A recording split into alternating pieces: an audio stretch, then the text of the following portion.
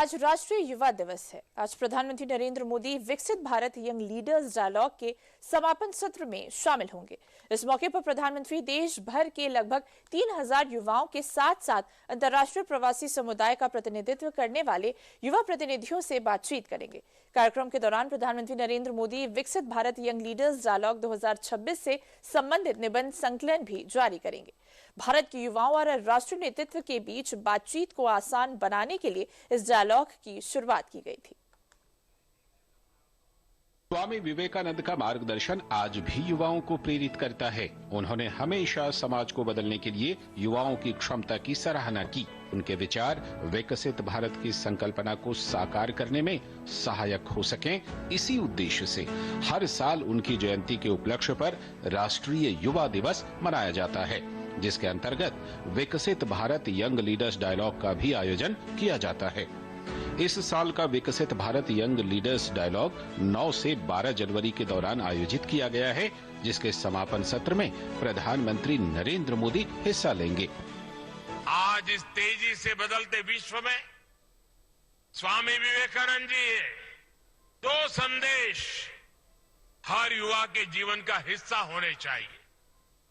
ये 2 संदेश हैं इंस्टीट्यूशंस और इनोवेशन।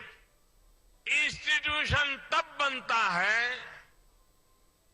जब हम अपने विचार को विस्तार देते हैं, टीम स्पिरिट से काम करते हैं।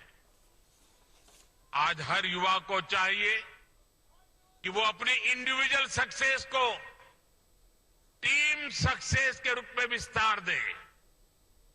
यही टीम स्पिरिट टीम इंडिया के रूप में विकसित भारत को आगे ले जाएगा। प्रधानमंत्री देश भर के लगभग 3000 युवाओं के साथ साथ अंतर्राष्ट्रीय प्रवासी समुदाय का प्रतिनिधित्व करने वाले युवा प्रतिनिधियों से बातचीत करेंगे। चुने हुए प्रतिभागी 10 अलग अलग विषयों पर प्रधानमंत्री के सामने अपनी अंतिम प्रस्तुतियां देंगे, जिसमें वे राष्ट्रीय महत्व के मुख्य क्षेत्रों के संबंध में युवाओं के दृष्टिकोणों और कार्यान्वित किए जाने योग्य विचारों को साझा करेंगे। कार्यक्रम के दौरान प्रधानमंत्री विकसित भारत यंग लीडर्स डायलॉग से संबंधित निबंध संकलन जारी करेंगे। इस संकलन में युवा प्रतिभागियों द्वारा भारत की विकास संबंधी प्राथमिकताओं और राष्ट्र निर्माण के दीर्घकालिक लक्ष्यों पर लिखे गए चुने हुए निबंध शामिल होंगे। विकसित भारत यंग लीडर्स डायलॉग में देश भर से 50 लाख से भी अधिक युवाओं ने अलग अलग स्तर पर हिस्सा लिया है। राष्ट्रीय स्तर के चैंपियनशिप में शामिल होने वाले युवा नेताओं को एक कठिन और योग्यता आधारित 3 चरणों वाली चयन प्रक्रिया के जरिए चुना गया है।